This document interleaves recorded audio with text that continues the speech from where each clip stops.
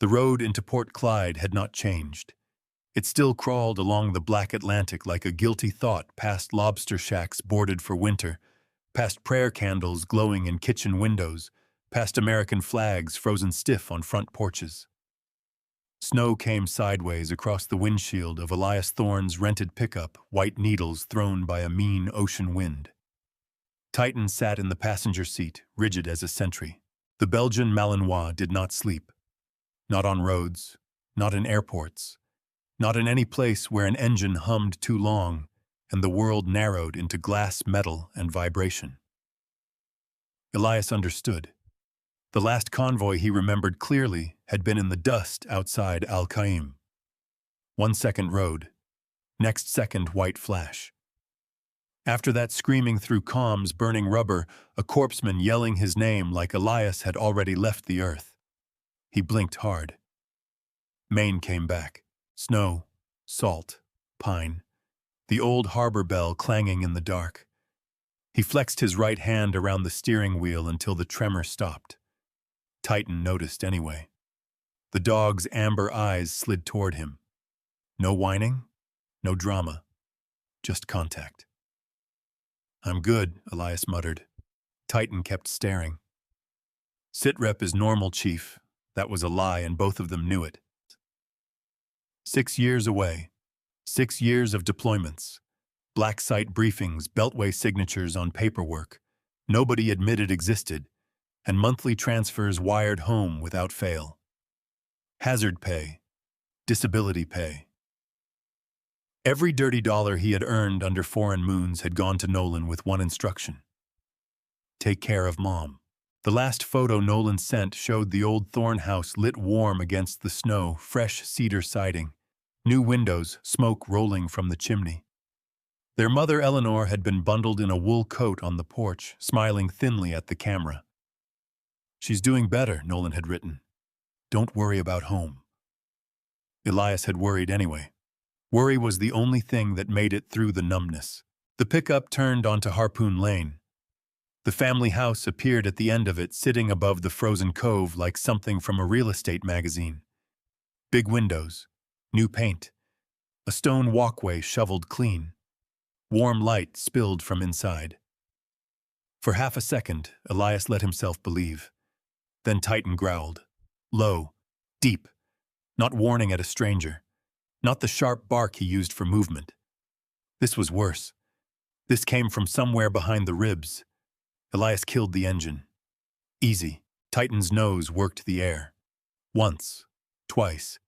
Then he slammed both front paws against the dashboard and barked hard enough to rattle the glass. Elias looked at the house. No movement. No curtain shifting. No old woman waiting at the door. He stepped out into knee-deep snow. The cold hit him like a slap. Titan launched from the cab before Elias had the leash clipped, landing in the driveway with his hackles raised. Titan. Heel. The dog ignored him. That never happened. Titan dragged him past the front steps, past the pretty wreath on the door, past the warm golden windows. His claws scraped ice as he hauled toward the back of the property, toward the slope where the land dropped to the boat shed. The shed had been old when Elias was a boy. His father used to store traps there. Nets, oars. The green skiff named Eleanor May. Now it leaned against the wind roof, sagging door half buried under snowdrift. No light came from it. No smoke. Nothing living should have been inside. Titan went wild. He threw himself at the door, barking, scratching, biting at the rotten wood. Elias's pulse kicked. The harbor vanished. For 1/6 second, he was back outside a mud-walled compound, Titan marking a pressure plate under packed dirt, a door waiting to blow inward. Back, Elias snapped. Titan backed 2 steps, shaking with rage. Elias put his shoulder into the shed door. The first hit cracked it. The second tore the latch free. The door burst inward, and the smell came out. Mold, kerosene, rotten fish, human waste, cold sickness. Elias froze. Inside, under a blue tarp hung like a failed curtain, a figure crouched beside a rusted tin box. A woman. So thin the shape of her shoulders looked wrong under the blanket wrapped around her. Gray hair hung in strings around her face. Her hands were purple at the knuckles, shaking as she scraped something from a dented can with 2 fingers. Titan stopped barking. He made a sound Elias had never heard from him before. A broken, pleading whine. The woman turned. Elias's lungs locked. No. The mind refused it first. That was mercy. For 1 second, his brain protected him, rejected the evidence, filed her under impossible. Then she lifted her face. Eleanor Thorne stared at her son from the floor of a frozen boat shed. Her cheeks had collapsed. Her lips were cracked. One eye was swollen, nearly shut. She was alive by some thin thread God had not yet cut, Mom, Elias whispered. The word did not come out like a soldier's voice. It came out like a point calling from the bottom of the stairs. He moved toward her. She screamed. Not loud. She did not have the strength. It was a dry little cry that tore him worse than any blast ever had. She crawled backward, knocking over the tin box. Scraps spilled across the dirt floor. No, she begged. Please, please don't tell the new owner. Elias stopped. The room tilted. What? I'll be quiet. Her hands came up over her head. I won't go near the house, I swear. Don't hit me. Please don't hit me. Something inside Elias split clean open. The cold got into the wound. Titan pushed past him and belly crawled toward Eleanor, slow, gentle head low.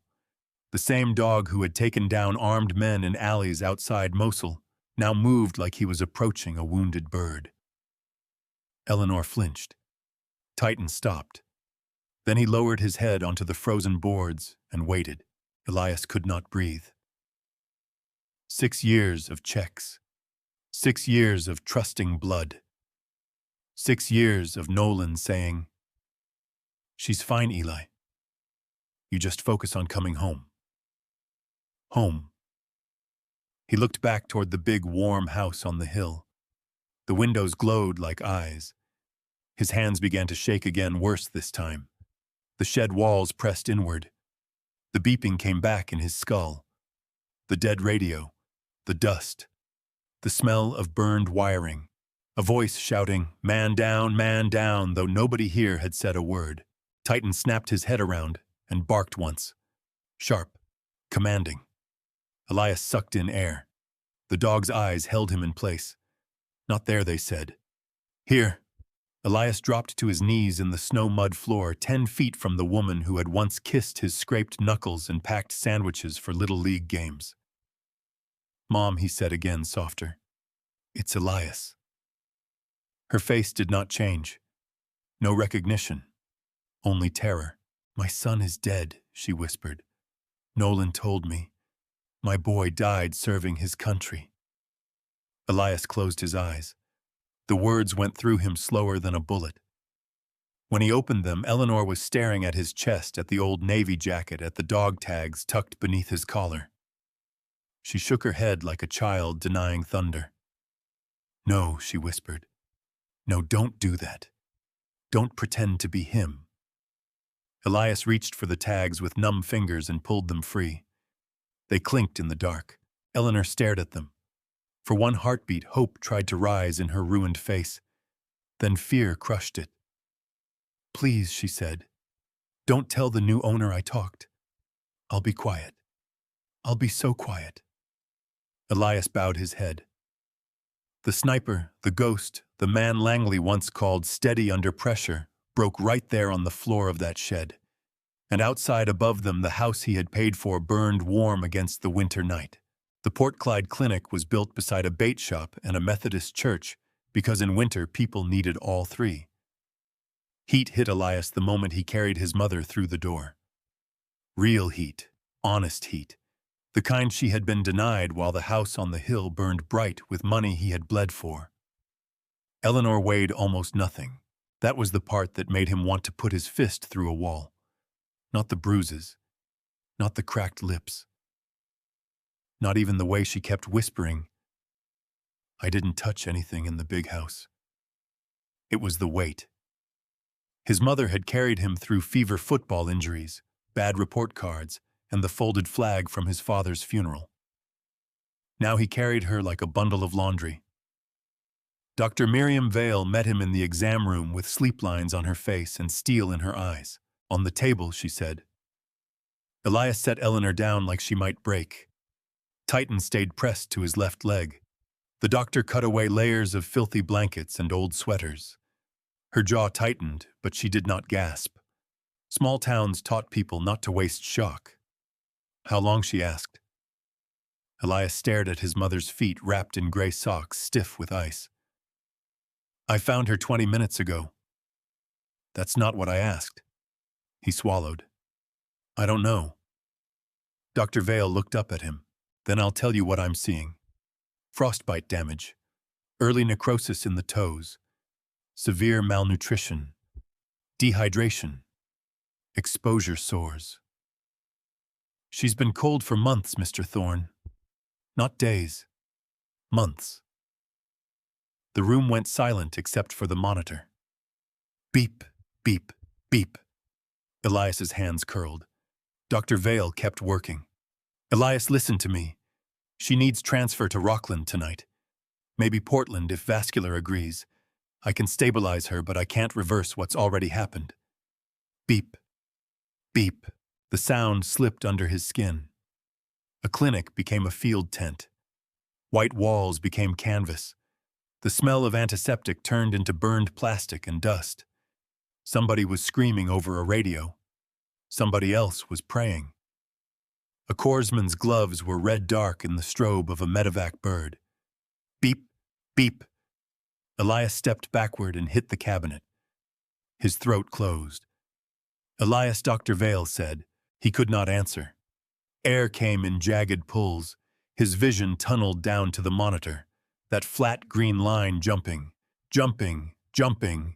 Then Titan moved. The dog rose on his hind legs and put both paws against Elias's chest hard enough to drive him back into the wall. Weight. Heat. Pressure. No fear. No pity. Titan shoved his head under Elias's chin and held him there. Elias gripped the dog's harness like it was the last rail on a sinking ship. Not there, he rasped. Titan leaned harder. Not there. The room returned by inches. Dr. Vale did not speak until his breathing slowed. Then she said quietly, That dog just earned his paycheck. Elias shut his eyes. He always does. On the table, Eleanor stirred. Her cloudy gaze drifted toward him and skated away frightened. Don't let Nolan be angry, she whispered. Elias went still. Dr. Vale looked at him. He bent close to his mother. What did Nolan do? Eleanor's lips trembled. He said the house wasn't ours anymore. Said I was charity. Said if I made trouble, they'd put me in a county place where nobody visits. Elias felt something inside him go cold and organized. Not rage. Rage was loud. Rage wasted energy. This was different. This was a target package opening in his mind. Names, motives, entry points, pressure. Dr. Vale touched his arm. Go get what records you can. Medications, insurance, anything. I'll keep her alive. He looked at Eleanor. His mother did not know him, but her hand, thin and shaking, had found the edge of his sleeve. She held it with 2 fingers like some part of her body remembered what her mind could not. I'm coming back, he said. She did not answer. Outside, the storm had teeth. Elias drove back to Harpoon Lane with Titan silent beside him. The big house was dark now. The warm windows were gone. A foreclosure notice had been nailed to the front door in a plastic sleeve. Bank possession pending. Elias read it once. Then again. His breath smoked in the porch light. Behind him, old Henderson came limping from the neighboring property with a lantern in one hand and a shotgun broken open over his arm. Thought that was you, the old man said. God forgive us, Elias. We thought you were dead. Elias turned slowly. Henderson's face sagged under the weight of it. Nolan told everybody. Had papers. Said you got killed overseas. Said Eleanor couldn't handle it. Then he sold your father's boat. Mortgaged the house, took visitors through here like he was some damn prince. 8 months ago he moved her out back, and nobody stopped him. The old man's eyes filled. We tried asking. She was scared. Nolan said dementia. Said we were harassing a sick woman. Sheriff wouldn't touch family business without proof. Elias looked past him to the cove. The old skiff was gone. His father's traps were gone. His mother had been left to freeze in a shed while the town whispered and Nolan cashed checks. Titan suddenly stiffened. His nose pointed toward the cellar door on the side of the house. "What is it?" Elias said. Titan moved fast. They forced the cellar entry with a tire iron from the truck. Downstairs, the air smelled of damp concrete and fresh paint. Too fresh. Titan went straight to the far wall, growling. He clawed at a clean square of drywall patched between old beams. Elias touched it. New mud. Bad sanding. Rushed work. He took the tire iron and drove it through. Once. Twice. Drywall broke. Dust fell. Behind it sat a small black safe bolted into the studs. Henderson crossed himself. Elias stared at the steel door. For the first time that night, his voice came out steady. Nolan ran fast, he said, but he didn't run clean. The safe did not belong in that house. Everything around it was old, main bones, hand-cut beams, fieldstone foundation, rusted hooks where Elias's father used to hang oilskins. But the safe was new. Matte black. Digital keypad. No dust on the hinges. Nolan had hidden it like a man hiding a second heartbeat. Henderson stood behind Elias in the cellar, with the lantern trembling in his hand. "We should call Sheriff Pike." Elias kept his eyes on the safe. "Not yet." "Elias, not yet." Titan sat beside him, ears forward, body locked. The dog had not stopped staring at the wall since they broke it open. Whatever Nolan had buried here, Titan had smelled it through plaster paint and lies. Elias went out to the truck and came back with a small field pouch. Nothing dramatic, nothing loud. Just tools he still carried because old habits survived longer than peace. He worked in silence. Henderson looked away. 10 minutes later, the safe door gave with a dull metal cough. Inside were 3 envelopes, a flash drive, 2 passports, and a stack of bank papers wrapped in a rubber band. Elias put on gloves. That was the part that scared Henderson. Not the safe. Not the storm. The gloves. The old man watched Elias change from a son into something trained, filed down, and dangerous. Elias opened the first envelope. Power of attorney. Eleanor Thorne's signature sat at the bottom of the page in blue ink. It was wrong. His mother wrote with a slight leftward lean, every capital E shaped like it was carrying too much weight. This signature was clean, upright, practiced. A dead imitation. The second envelope held mortgage papers. A home equity loan. Then another. Then a property transfer agreement buried under legal language thick enough to choke on. Nolan Thorne had not just stolen from their mother. He had converted her into paperwork. Elias laid every page on the cellar floor in a neat line. The third envelope was thinner. He opened it. For a second, he did not understand what he was seeing. Then the room dropped out from under him. Certificate of death. Name Elias James Thorne. Date of death, classified operational theater. Status killed in action. There was a seal. There were signatures. There was a casualty affairs reference number and enough government language to make a lie look patriotic. Henderson whispered, "Dear God." Elias did not move. He stared at his own death printed in black ink. A strange thing happened inside him. The anger did not explode. It vanished. In its place came a hollow so wide he could hear the wind through it. Nolan had told their mother he was dead. Not missing. not unreachable. Dead. He had let Eleanor grieve her son while she froze behind the house that son had paid for. He had used a folded flag Elias had never earned, a funeral that never happened, and a country's uniform as cover for theft. Elias's knees hit the concrete. The impact barely registered. He saw his mother in the shed again, her hands over her head, her voice thin as paper. "My son is dead. Nolan told me." Titan moved in front of him and barked. Elias did not answer. Titan barked again, harder, the sound cracking through the cellar like a command on a bad frequency. Elias looked up. The dog stood nose to nose with him, amber eyes burning. "Not dead. Here." Elias dragged air into his lungs. Then he reached into the safe again and found the flash drive. Henderson's phone had no service in the cellar, so Elias climbed to the kitchen. The house above them was staged for buyers. White counters, new appliances, a bowl of fake lemons on the island.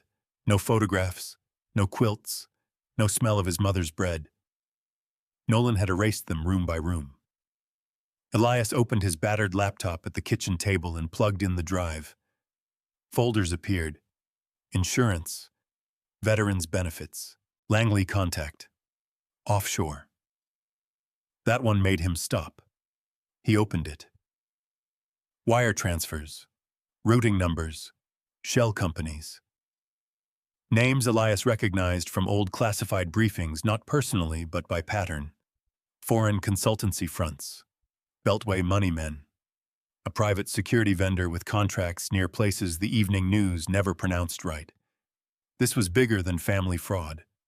Nolan had not simply taken Elias's money and run. He had sold access signatures, service records, and enough personal data to build a ghost out of a living man. If the right people thought Elias Thorne was dead, they could move things under his name without him ever contesting it. Henderson stood in the doorway. "Can you take that to the sheriff now?" Elias looked at the death certificate on the table. "No." The old man's face tightened. "Why not? Because according to this, I'm not a complainant. I'm not a victim. I'm not even alive. That's insane. That's DC." He tapped the forged certificate. "Until this gets unwound through federal channels, Nolan owns the local narrative. The house, the paperwork, maybe the sheriff, maybe the bank, maybe half the county clerk's office without them knowing it. So what are you going to do?" Elias looked toward the dark window. Snow hammered the glass. Beyond it, the boat shed was just a black shape against the cove. His mother was in a clinic bed with machines keeping score. His brother was out there somewhere wearing charity-like cologne. Elias copied the drive twice, encrypted one file, and sent a compressed packet to an old bureau contact whose number he had never used. Subject line: SITREP, federal fraud, possible foreign money. Then he shut the laptop. Titan rose. Elias slid the death certificate into his jacket. "I'm going to find the man who buried me," he said, "and I'm going to make him say my name." Nolan Thorne lived in a house with too much glass. It sat on the edge of Portland's West End, high above the frozen streets, glowing through the storm like a rich man's confession. 3 stories, heated driveway, black SUVs lined along the curb. Men in wool coats and women in diamonds moved behind the windows holding champagne flutes under crystal light. A banner hung over the front entrance. Harbor Lights Veterans Fund Winter Benefit. Elias watched from the alley across the street, snow collecting on his shoulders. Titan stood beside him, still as a shadow. For 20 minutes, Elias studied the pattern. Private security at the front gate. 2 cameras on the driveway. 1 on the side door. Catering staff through the rear entrance. A guard smoking by the garage, checking his phone every 90 seconds like clockwork. Nolan had built himself a palace on stolen heat. Worse, he had wrapped it in charity. Veterans Fund. Elias almost laughed. Instead, he touched the folded death certificate inside his jacket. "Ready," he whispered. Titan's ears twitched. The lights went out at 8:43. Not the whole block, just Nolan's house. Inside, the party exhaled in confusion. A few nervous laughs. Someone clapped like it was part of the entertainment. The backup generator coughed, tried to catch, then died because Elias had already found the line. He moved through the service entrance with Titan low at his heel. No rush. Rushing was for amateurs and scared men. The first guard came around the corner with a flashlight and a hand near his jacket. Titan hit him without a bark. Not a mauling. Not noise. Just weight speed and a hard clamp on the sleeve that put the man face down on the kitchen tile before he could decide what had happened. Elias took the radio, zip-tied his wrists, and dragged him behind stacked crates of wine. "Stay quiet," Elias said. The guard nodded so fast his chin scraped the floor. Down the hall, two Dobermans appeared at the top of a short stairwell, teeth showing, bodies tense. Titan stepped forward. The dogs froze. Whatever language passed between them was older than training, older than commands. Titan did not growl. He just looked at them like a storm looking at a porch candle. The Dobermans lowered their heads and backed away. "Good boy," Elias breathed. In the ballroom, phone flashlights bobbed over silver trays and startled faces. A string quartet had stopped playing. Someone complained about the cold. Someone else asked where Nolan was. Elias already knew. Men like Nolan never stayed with donors when systems failed. They went to the room where the money lived. The office was on the second floor behind a walnut door with a brass lock. Elias opened it with a pick and slipped inside. Nolan stood behind a desk, lit by the blue glow of his laptop, one hand hovering over a drawer. He had gained weight, soft around the jaw, expensive haircut, navy blazer with a little American flag pin on the lapel. For a second, Elias saw the kid who used to follow him down to the docks begging to hold a fishing knife. Then Nolan looked up. His face emptied. Elias shut the door. "Hello, little brother." Nolan's mouth opened, but no sound came out. Titan stepped into the light. That did it. Nolan backed into the wall hard enough to knock a framed photo sideways. In it, he was smiling beside a senator Elias recognized from cable news. "You're dead," Nolan whispered. Elias placed the death certificate on the desk. "Paperwork says so." Nolan stared at it like it had crawled out of a grave.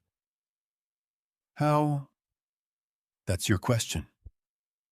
"I can explain." "No," Elias said. "You can confess." Nolan tried to recover. Elias watched the mask come down. The wounded brother. The misunderstood caretaker. The Beltway-adjacent operator who thought tone could sand down sin. "Eleanor was sick," Nolan said. "She needed supervision. You were gone. You have no idea what it cost." Elias leaned forward. "She was eating scraps in a boat shed." Nolan flinched. "Her toes are dying." "That's not, my mother begged me not to tell the new owner." The room went quiet. Nolan's eyes flicked to the desk drawer. Elias saw it. "Don't." Nolan froze. "I sent the drive," Elias said. "Bank records, insurance files, foreign transfers, forged service documents. It's already in bureau hands. You don't know what you're looking at." "I know enough. You sold my death to people who needed a ghost." Nolan swallowed. Outside, the party noise shifted. Security radios crackled in the hall. Elias pushed the laptop toward him. "Transfer it back. Every account. Every dollar you took from her. Then you write a statement. Names. Contacts. Who helped. Who paid." Nolan's hand shook over the keyboard. For a moment, Elias thought fear might finally become honesty. Then Nolan smiled. Small, ugly, familiar. His thumb pressed a panic button under the desk. Red lights flashed along the ceiling. Titan growled. The office door burst open. 3 armed security men flooded in, shouting over one another. Elias moved Nolan aside and raised his hands, buying a fraction of a second. One guard panicked. His weapon came up. Titan launched. The dog crossed the room in a blur, striking the man's arm before the shot cracked through the office. The sound blew the world white. Elias felt heat pass his shoulder. Titan hit the floor hard. Not yelping, not moving. For one dead second, nobody breathed. Then Elias saw Titan's side rise, once shallow and wrong. The seal was gone. The brother was gone. Only the man who loved that dog remained. Elias dropped to his knees beside Titan as sirens wailed outside, growing louder through the storm. The sirens reached Nolan's mansion before Elias could stand. Blue and red washed across the office windows, turning the snow outside into broken emergency light. Downstairs, donors screamed. Radios barked. Boots pounded through halls bought with stolen checks. Elias heard none of it clearly. He had one hand pressed against Titan's side, feeling for movement, begging for it without words. The dog's eyes were open. That was the cruel part. Titan looked at him like he was waiting for a command. "No," Elias said. "You do not check out on me." Titan's tail moved once against the carpet. Once. Nolan stood behind the desk, pale and sweating, his panic button still glowing red under his thumb. "Eli, I didn't know he'd shoot." "I swear to God." Elias looked up. Nolan stopped talking. Whatever he saw made him step backward into the bookshelves. The office door burst wider. Two men in dark winter jackets entered, first weapons, low badges out. Bureau. Serious faces. No wasted movement. A woman with gray eyes and a tactical vest read the room in half a second. Elias Thorne. He kept his hand on Titan. "Agent Special Agent Mara Kincaid, FBI. We got your packet." She looked at Nolan. "We also got Treasury and two very angry people from Langley asking why a dead seal has active routing numbers tied to foreign cutouts." Nolan made a small sound. Kincaid turned to him. "Nolan Thorne, hands where I can see them." "This is a family matter," Nolan said. "No," she said. "This is federal." The words landed harder than any punch. Two agents moved Nolan away from the desk. He tried one last time to find Elias with his eyes. "Eli. Please. Mom wouldn't want this." Elias gathered Titan into his arms. That was his answer. Nolan's face collapsed as the cuffs closed around his wrists. Elias carried Titan down the back stairs, away from the ballroom, away from cameras, away from rich people pretending not to stare. Snow slapped his face when he hit the alley. Titan's body was warm against his chest, too quiet, too heavy in all the wrong ways. The truck fishtailed through Portland streets. "Stay with me," Elias said. Titan did not blink. "You hear me, Chief? That's an order."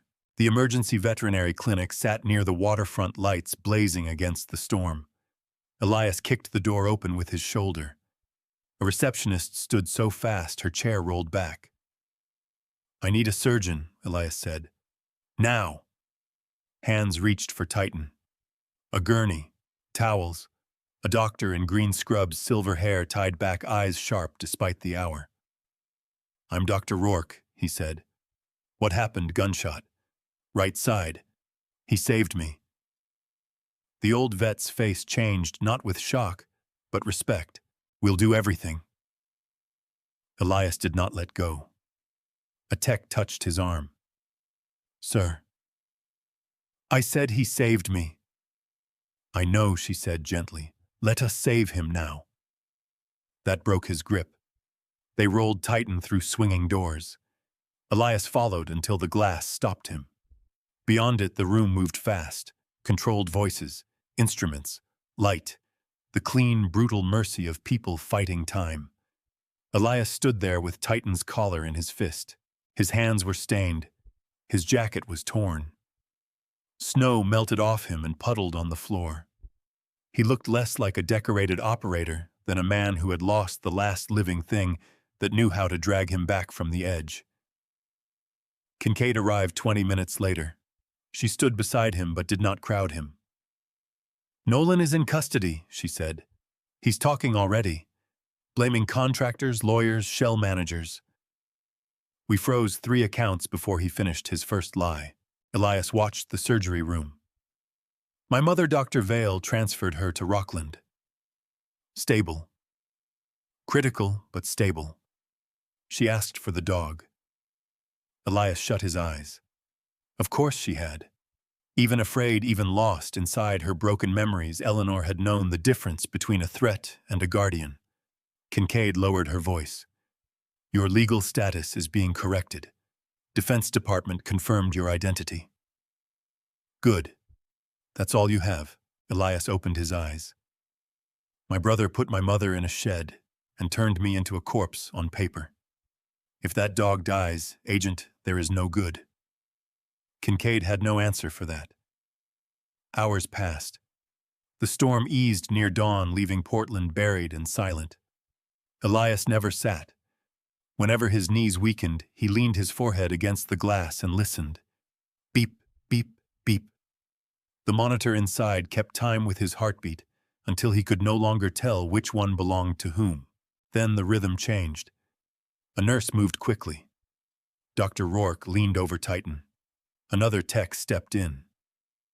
Voices sharpened behind the glass. The monitor gave one long tone. Elias's body went cold. "No," he whispered. The tone kept going. He hit the glass with his palm. "Titan." No one looked at him. Titan. Dr. Rourke worked over the table, shoulders tense, hands steady. Then everything stopped. The old vet stood motionless beneath the surgical lights. Slowly, he turned. The door opened. Dr. Rourke stepped into the hallway, his scrubs marked from surgery, his face gray with exhaustion. He looked at Elias. Then he shook his head. Dr. Rourke shook his head because he had run out of explanations, not because Titan was gone. That was what Elias learned in the white hallway seconds after his knees almost failed. The old vet caught him by the arm and said, "I don't know how that dog came back." His heart stopped. Then it started again. 40 years doing this, son, never seen it. Elias had gone through the surgical doors, dropped beside the recovery cage, and put his forehead against Titan's muzzle. The dog's tail moved once. Once was enough. 6 months later, spring sunlight warmed the rebuilt porch above Port Clyde. The cove below flashed blue under a clean April sky. Lobster boats moved past the harbor markers. The air smelled of thawed earth, salt water, and fresh-cut cedar. The boat shed was gone. Elias had torn it down himself the day Eleanor came home from the hospital. Not with a crew, not for show. Just a crowbar, a burn barrel, and Titan nearby on a blanket, watching like a foreman with stitches. The new house was smaller than Nolan's fake palace, but warmer. Real pine floors. A wood stove that kept its promise. Family photographs back on the mantel. His father in navy dress blues. Eleanor laughing beside a fishing boat. Elias as a boy with sunburned ears and a crooked grin. Nolan's photos stayed in a drawer. Eleanor sat in a rocking chair, with a quilt across her knees, knitting something too small to be useful and too bright to match anything in the house. Her cheeks had color again. Her hands no longer shook when she lifted her tea. Titan lay at her feet in a square of sunlight, one ear half cocked, a long pale scar running along his ribs. He slept more now. He limped when the weather turned mean. But when the mail truck came up Harpoon Lane, he still lifted his head like the coastline was under his command. Elias sat beside his mother and listened to the waves. For years, silence had been a threat. Silence meant a road waiting to explode, a door not yet opened, a radio gone dead. This silence was different. It had gulls in it. It had his mother breathing. It had Titan dreaming. On the porch table sat a folded newspaper from Portland. Nolan's face stared from below the headline. Former charity director sentenced. Life in federal prison. Asset forfeiture. Restitution. A senator resigned. 2 contractors cut deals. 1 beltway fixer got picked up at Dulles. Agent Kincaid had called after sentencing. "He won't hurt her again," she said. Elias had looked through the kitchen window at Eleanor feeding Titan toast under the table. "No," he said. "He won't." The Defense Department restored Elias's status, apologized in polished language, and mailed documents proving he was alive. He framed none of them. Eleanor touched his sleeve. "Eli." He turned. Some days she knew him completely. Some days memory came through fog. Today her eyes were clear. "I kept something," she said. A wooden box sat on the table beside her chair. Elias knew it. Dented corner, bent latch, dark old wood. His father had made it from scrap the winter Elias turned 8. Nolan must have thrown it into the shed with the blankets and trash, thinking it worthless. Eleanor rested her fingers on the lid. "He told me you were dead," she said. "Everybody said I should accept it. But a mother knows."